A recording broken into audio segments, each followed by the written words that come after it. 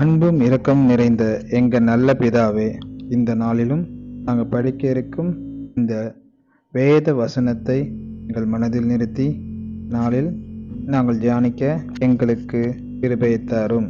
இயேசுவின் மூலம் பிதாவே, ஆமேன். சங்கீதம் 20. ஆபத்தின் நாளிலே கர்த்தர் உமது ஜெபத்தை கேட்பாராக.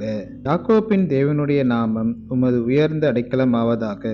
அவர் பரிசுத்த ஸ்தலத்திலிருந்து உமக்கு ஒத்தாசை அனுப்பி சியோனிலிருந்து உம்மை ஆதரிப்பாராக.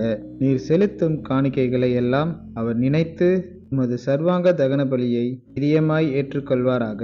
அவர் உமது மன விருப்பத்தின்படி உமக்கு தந்தருளி உமது ஆலோசனைகளை எல்லாம் நிறைவேற்றுவாராக.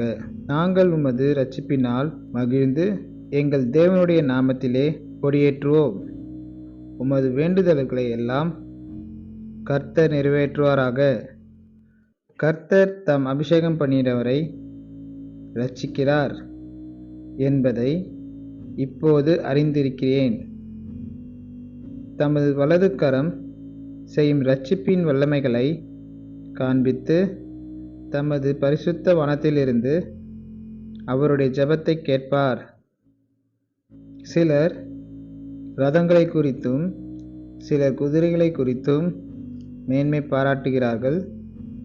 நாங்களோ எங்கள் தேவனாகிய கர்த்தருடைய நாமத்தை குறித்தே மேன்மை பாராட்டுவோம். அவர்கள் முறிந்து விழுந்தார்கள், நாங்களோ எழுந்து நிமிர்ந்து நிற்கிறோம். கர்த்தாவே இரட்சியும், நாங்கள் கூப்பிடுகிற நாளிலே ராஜா எங்களுக்கு செவி கொடுப்பாராக என்பதே ஆமேன். அன்பின் இரக்கம் நிறைந்த எங்கள் நல்ல பிதாவே, இப்பொழுதும் நாங்கள் படித்த வேத வசனத்தை எங்கள் மனதில் நிறுத்தி நாங்கள் தியானிக்க கிருபையை தாங்க. இயேசுவின் மூலம் பிதாவே, ஆமேன்.